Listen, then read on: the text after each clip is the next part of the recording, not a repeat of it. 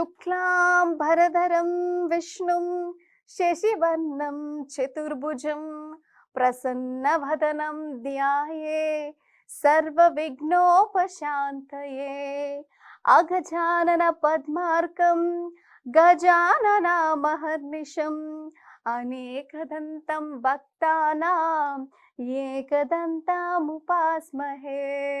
ఎట్లా ఏమైనా తప్పులు చదివితే మన్నించురు ఇప్పుడే. అయితే అందరికి గణపతి పండుగ శనార్థులు. అంత మంచి నానోళ్ళ గణపతికి పూజ చేసిరా? అందరూ మట్టి విగ్రహాన్ని పెట్టారు కదా. మా ఆఫీసులో నాకు విత్తన గణపతిని ఇచ్చిరు. ఆ గణపతిని మా ఊరికి పంపినా మా ఇంట్లో ఆ గణపతికే పూజ చేసిరు. సరే, ఈ గణపతి ముచ్చట్లు, యూరియా ముచ్చట్లు, వాన ముచ్చట్లు అన్ని ఒకదాని వెనుక ఒకటి వరుసెంబడి వరుస చెప్పుకుందాము. ఏమంటారు పాండ్రి? మరి ఈశ్వరప్ప హోమి క్లినిక్ సమర్పించు ధూమ్దా ముచ్చట ఇక ముచ్చట్లు షురు. అవుగాని రేవంత్ సారు గణేషుని పండుగ శుభాకాంక్షలు చెప్పిండానుల్లా. ఎందుకంటే సార్ గనక శుభాకాంక్షలు చెప్తే నువ్వద్దు, నీ శుభాకాంక్షలద్దు, మామూలు ఏడిపించుకుంటే ఇంకా శుభాకాంక్షలు చెప్తున్నావు. శుభాకాంక్షలు పెద్ద కంతిరేషం ఉన్నది కదా నీ కథ అని గరమైతురోళ్ళ. ఎందుకో మీకు కూడా ఎరికే. ఇంతకు పండుగ పూట మీరు ఇంట్లోనే ఉన్నారానుల్లా? పండుగ మంచిగా చేసుకుంటుర్రా? ఎందుకు ఇట్లా అడుగుతున్నా అంటే మన రేవంత్ సారు వారి పుణ్యమా అని గణేష్ పండుగ కూడా యూరియా సెంటర్ల కాన్నే అవుతుంది. ఎంత ఘోరం ఇది పండుగ దినం కూడా. అగ చూడురు మీరే.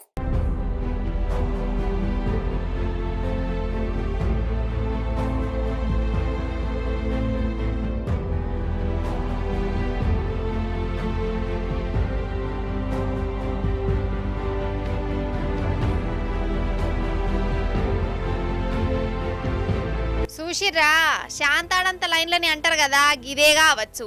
వీళ్ళందరూ ఎందుకు నిలబడ్డారో మీకు సెపరేట్గా చెప్పవలసిన పని లేదు. మీరు కూడా ఉన్నారు కావచ్చు ఇదే లైన్లా. యూరియా కోసం మన రైతుల తన్లాటిది. ఏ ఊరువో ఏ జిల్లాలో చూడు గిదే గోస, గిదే తన్లాట, యూరియా కరువు. ఓ దిక్కు జోరు వాన పడుతూనే ఉన్నది. వానలు తడుచుకుంటేనే యూరియా బత్తాల కోసం వచ్చిరోలా. ఇటు చూడుర్రి, లైన్లల్లా ఛత్రీలు పట్టుకొని నిలబడ్డారు. జోరు వానలా వాన కోట్లేసుకొని మరి యూరియా బత్తాల కోసం ఎదురు చూస్తూనే ఉన్నారు.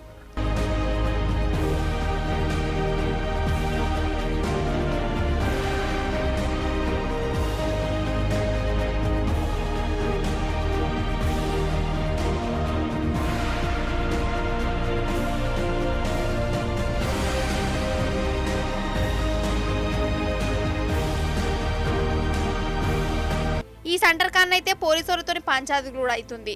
అసలు ఏందోలకి యూరియా కరువు ఎన్నడు లేనిది ఇప్పుడే ఎందుకు వస్తుంది? అర్రే, ఒక రోజు 2 రోజులు అంటే ఏమో అనుకోవచ్చు. ఒక జిల్లా 2 జిల్లాల్లో అంటే సరే పాటు అని మనసుకు నిమ్మలం చేసుకోవచ్చు. కానీ తెలంగాణ అంతటా గదే కరువు. నెలల తరబడి బత్తాల కోసం ఎదురు చూపురు. అంటే ఇక్కడ తప్పేవల్ది 100% మన రాష్ట్ర సర్కారోళ్ళదేనా కాదా? మీరే చెప్పుర్రి. అరే, ఓ దిక్కు వానకాలం వచ్చి 2 నెలలు అవుతుంది. వానలు మంచిగా గుర్తున్నాయి. వ్యవసాయం పనులు చేసుకుందామంటే ఎరువులు ఇత్తలేదా ఈ సర్కారు? పగలు రాత్రి అన్న ఫరక్ లేకుండా యూరియా సెంటర్ల కానే ఉండవలసి వస్తుంది రైతులు. ఇగో ఇటు చూడుర్రి, నడియాం రాత్రి కూడా యూరియా కోసం ఎట్లు ఎదురు చూస్తాను.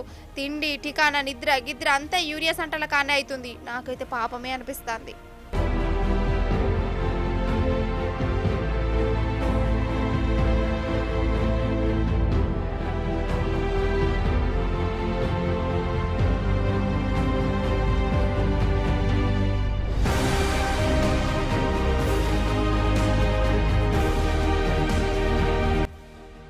దిక్కు రాష్ట్రంలో గింత ఘోరం అవుతుంటే మరి మన సర్కారు ఏం చేస్తాంది?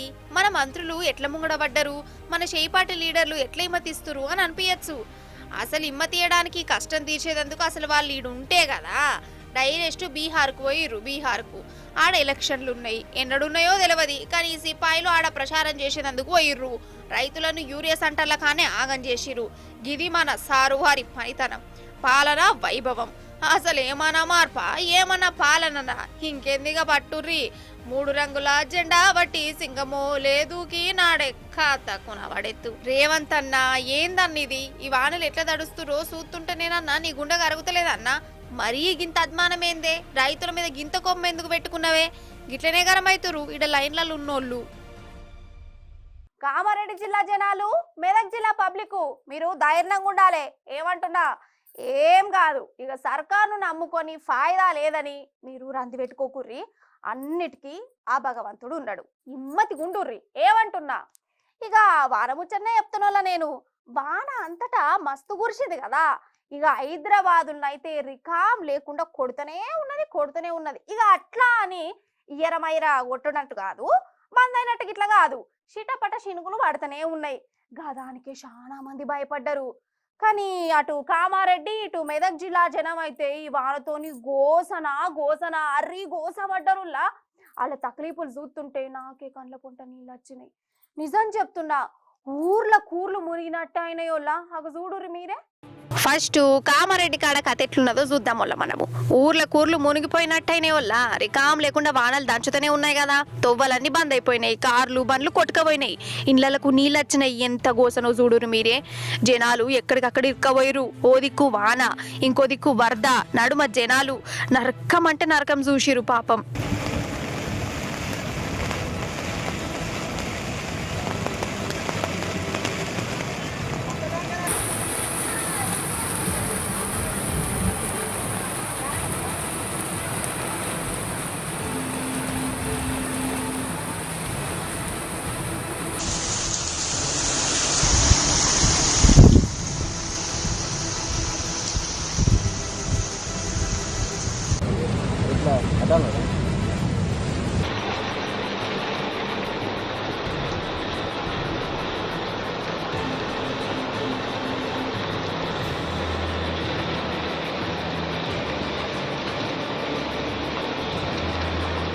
వాటర్ ఇక్కడ మూడో ఇంట్లో ముగ్గురు ఉన్నారు సార్. ఇందులో ప్లీజ్ సార్ రండి, దయచేసి రండి. ఇందులో అండికప్పుడు పాప ఉన్నది, ప్లీజ్ దయచేసి రండి సార్. మొత్తం మునిగిపోయింది సార్ కామారెడ్డి జిఆర్ కాలనీ. దయచేసి అందరు రండి సార్ ప్లీజ్. ఒక్కసారి చూడండి సార్ ఈ విజువల్స్. పరిస్థితి ఘోరంగా ఉన్నది. ఎవరైనా రెస్క్యూ టీంను పంపిస్తే కొంచెం సాయం చేసినట్టు ఉంటుంది సార్ పోలీస్ వాళ్ళకి, వాళ్ళందరికీ. ఇక రెస్క్యూ వాళ్ళు వీళ్ళు వాళ్ళ చూపాయంతోనే కాపాడిరు. ఇటు చూడుర్రి రైలు పట్టాలు నీళ్ళల్లో ఎట్లా తేలుతాన్నాయో. ఈ వానకు కంకర కొట్టుకపోయింది, పట్టాలేమో గిట్లా యాలాడినాయి. ఇక వీటి మీదకెళ్ళి రైళ్లు పోతే ఏమని ఉన్నదా? ఇక ఇంకా నయం రైల్వేలో జర హుషారుతోనున్నారు. రైళ్లను ఎక్కడికక్కడ ఆపేయించిరు.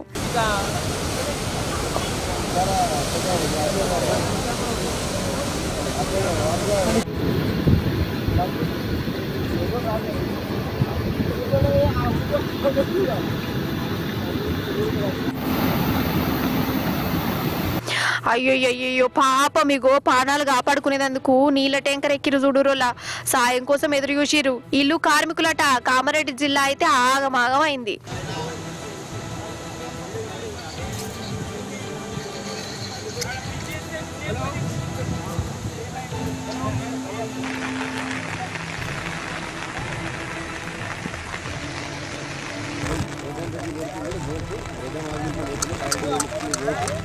ఇటు మెదక్ జిల్లా పరిస్థితి ఘోరం అంటే ఘోరం వల్ల రామాయంపేటలో డిగ్రీ చదివే హాస్టల్ పిల్లలు ఈ వరదలల్లో ఇరుక్కుపోయి రాత్రి నుంచి పెద్ద వానలాయే. ఇండ్లకు హాస్టళ్లకు వరద నీళ్ళు వచ్చినాయి. జనాలు ఇండ్లెక్కి కూర్చున్నారు. ఇక ఆపద నుంచి బయటపడేందుకు సాహసాల మీద సాహసాలు చేసిరు.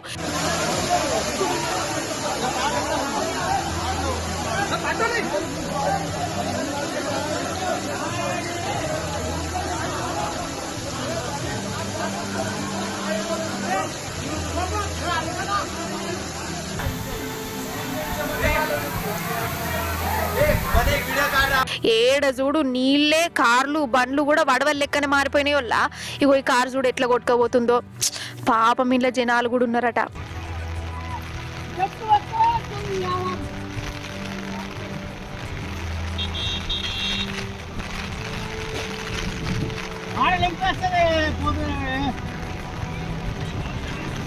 ఇక వాగులు వంకలు పొంగుతూనే ఉన్నాయి. ప్రాజెక్టులు రెండిపోయినాయి, చెరువు కట్టలు దిగిపోయినాయి.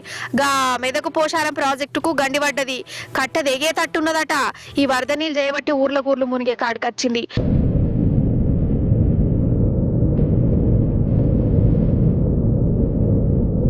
మునిగిపోయింది ఇక్కడ.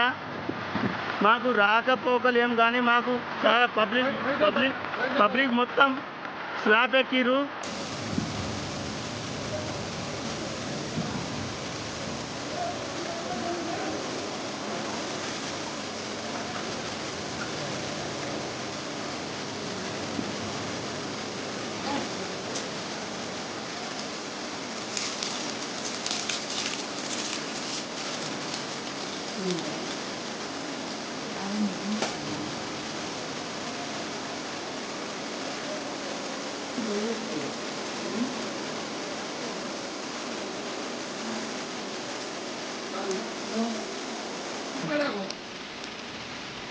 వరదలో చిక్కుకున్నాం.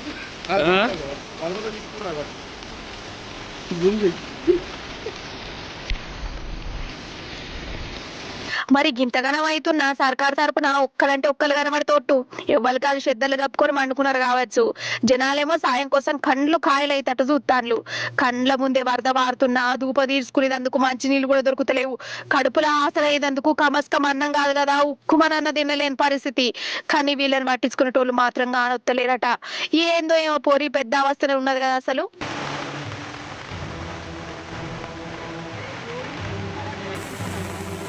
రోడ్ కట్ అయింది.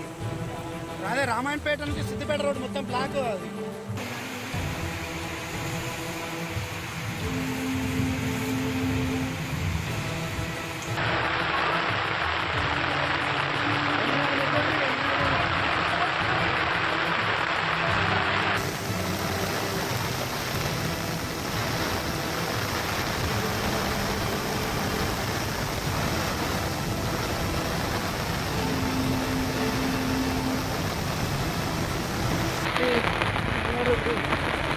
दौड़ जूम कर उड़ी हमारी यार मरड़े उड़ी दौड़ और ढा सम जूम कर रहे हैं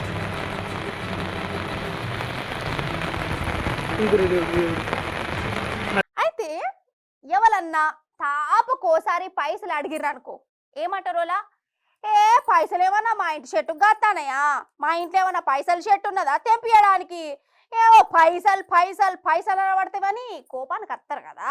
కోపానికి రాకూరి. ఎందుకంటారా, అయితే అనగనగనగనగా ఒక ఊరొల్ల, ఆ ఊర్ల సెంటర్లా ఒక షెట్టు ఉన్నది. ఆ షెట్టు మీదకి వెళ్ళి పైసలు రాలుతున్నాయి. ఆ రావంటే నిజంగానే చెట్టు మీదకి వెళ్ళి పైసలు రాలుతున్నాయి. నోట్ల కట్టల వాన పడ్డది. దేశమంతా జోరు వానలు రాళ్ళ వానలు కురుస్తుంటే ఆ ఊర్లే పైసల వాన కురిసింది. ఎందుకో అరుచుకుందాం రాని మరి దమ్మున.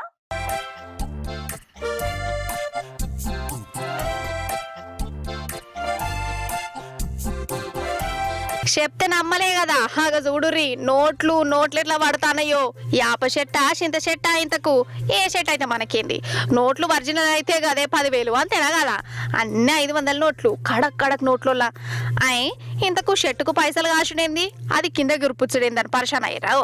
ఈ చెట్టు కొమ్మల నడుమ మంచిగా చూడుర్రి ఒక కోతున్నది. ఈ కోతే నోట్ల వాన గురిపిస్తాంది. ఇక వీటిని అందుకునేదందుకు కుక్కలు ఒక సాసాలు చేస్తాన్లా. జంపింగ్లు, రన్నింగ్లు, సేజింగ్లు, గీగింగ్లు. ఉత్తరప్రదేశ్లో ఒక బడి పంతులు బ్యాంకులకు వెళ్ళి పైసలు తీసి పరసల పైసలు పెట్టుకొని నడుచుకుంటూ పోతుండు. అంతల్లో ఒక కోతి ఈ పంతులు మీద నజరేసింది. లటుక్కుమని బేగ అందుకొని పుటుక్కుమని చెట్టు ఎక్కింది. ఇక దాన్ని ఒక బతలాడ్డు కాదు అయినా లేదు. ఆఖరికి ఏమనిపించిందో ఏందో గాని పర్సు తీసి ఇక పైసలు ఎగజల్లింది. మరి జనాలు ఊకుంటారా, పుక్కట్లయితే కొబ్బరి నూనెను పినాయిల్ డబ్బాలు కూడా ఇచ్చిపెట్టరాయే. ఆ సంటిది 500 నోట్లను వదులుతారు. ఇక ఇట్లా ఎగబడ్డారు. తొక్కిసలాటలు కూడా అయినాయి. నాకైతే కోతి చేసిన పని కంటే పైసలు అందుకునేందుకు ఈ జనాలను చూస్తేనే కోతోళ్ళ లెక్క అనిపించారు.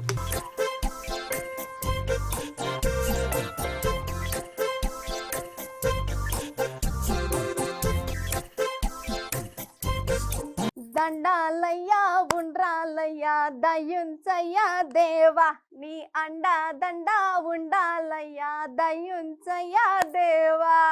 జై బోలో గణేష్ మహారాజ్ కి జై అనురాలా. ఇప్పుడు మనం వినాయకుడిని దర్శనం చేసుకుందాం. నిజం చెప్తున్నా, నాకు ఇష్టమైన పండుగ గణపతి పండుగైనల్లా. 9-10 రోజులు వాడకట్టు పోరలు అసలు ఇండ్లలో ఉంటే కదా గణేష్ మండపాలలోనే కూసుంటారు. పాటలు పెట్టుకుంటా, గణపతిని మొక్కుకుంటా, లడ్డును కావాలి కాసుకుంటా. అసలు ఆ సంబరమే అలాగుంటది కదా. మరి ఈ వినాయకుని పండుగనే చూసేద్దాం మనం. దండాలయ్యా ఉండ్రాలయ్యా.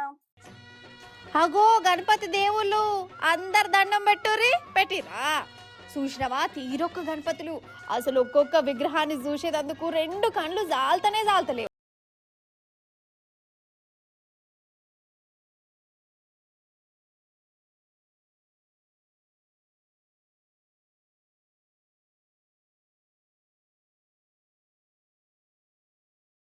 తెలంగాణలో గణపతి పండుగ జోరుదారుగా షురు అయింది. అందరు గణేష్ మండలంలో అడ్డా వేసి అయ్యవార్లు మంత్రాలు చదువుతుంటే పూజలు చేసుకుంటా అటెనక గణపతి పాటలు పెట్టుకుంటా సంబురపడ్డారు.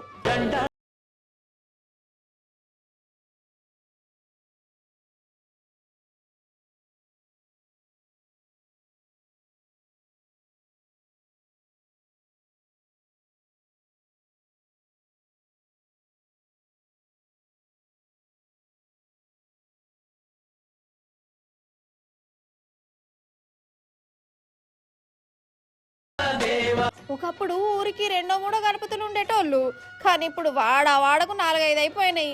ఇండ్లు ఇంకా పోటీ మళ్ళా. ఇక నా గణేష్ ఎత్తుకున్నాడు అని ఒకలంటే మా గణేషుడే ముద్దుగున్నాడని ఇంకొకరు.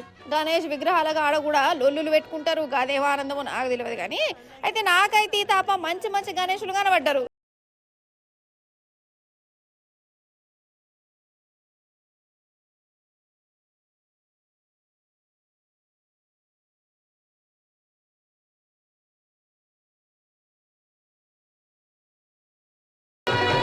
మన కాడ గిట్లున్నారా? అగో బొంబాయిలో చూడు బంగారం గణపతి 69 కిలోల బంగారం చేసిరు. ఈ గణపయ్యను 69 కిలోల బంగారం అంటే మాటలా. 336 కిలోల వెండి కూడా తొడిగిర్రు. అందుకే ఇక కావలు గట్టినగా అత్తారు.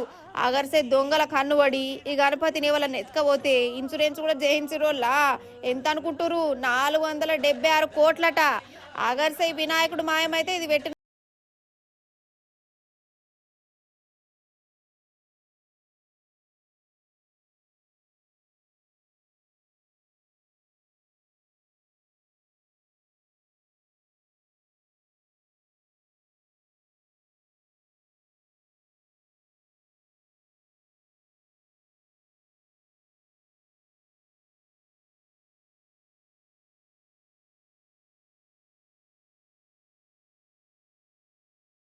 వినాయకుడు. ఈయనెవలు? పుష్ప వినాయకుడా? కానీ ఏ మాటకు ఆ మాటేనోళ్ళ. అటు మీది మాసుకు గణపతి పండుగని ఏమన్నా చేస్తారు అసలు కదా అన్నట్టు. ఈ 10 రోజులు దేశమంతా జై బోలో గణేష్ మహారాజ్ కి అని ఊగిపోతూనే ఉంటది.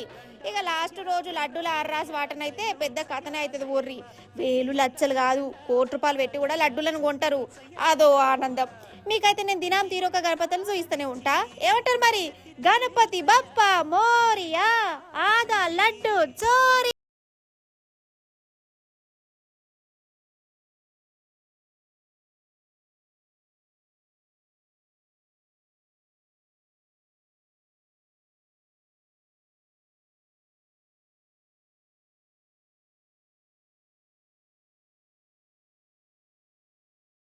బాలాపూర్ వినాయకుడు. ఇక బడా గణేశుడు అంటే ఖైరతాబాద్ గణేశుడు గట్ల అయిపోయింది కదా మన కాడ. ఇక వినాయకుని పండుగ అత్తందంటే చాలు ఇక అందరి మెదళ్ళల్లా ఖైరతాబాద్ గణపతి మెసులుతాడోల్లా. ఈ తాప ఎంత ఎత్తున నిలబడతాడో, ఏ అవతారంలో దర్శనం ఇస్తాడో. 10 రోజులల్లా ఏదో ఒకనాడు మోగా చూసుకొని బరాబర్ పోయి రావాలి. ఇక ఇట్లా అందరు అనుకుంటారు కదా, ఇక పెద్ద గణపతిని మొక్కి రావాలని అందరు ప్లాన్లు వేసుకుంటా ఉంటారు. ఇక నేను కూడా అనుకున్నా, కాకపోతే ఎప్పుడు కుదురుతుందో నాకు.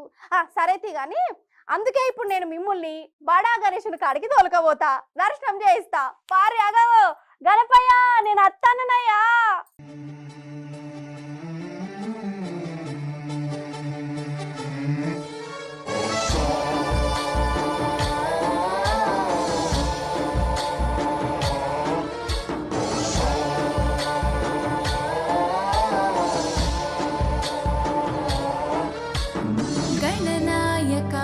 गणदैवताय गणाध्यक्षाय धीमहि. వారెవ్వా ఆగో మన ఖైరతాబాద్ బడే గణేశుడు. జై బోలో గణేష్ మహారాజ్ కి జై.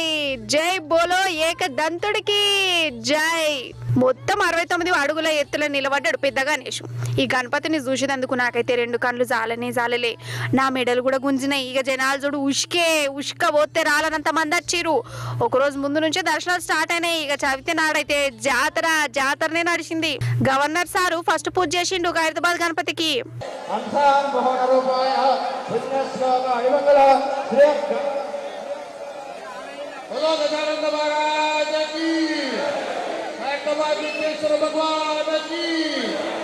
ఓ దిక్కు జోరు వార పడుతున్నా భక్తులు మాత్రం అస్సలు తగ్గేదలే అన్నట్టు వచ్చిరోలు ఆ బడే గణేషుని కాడికి.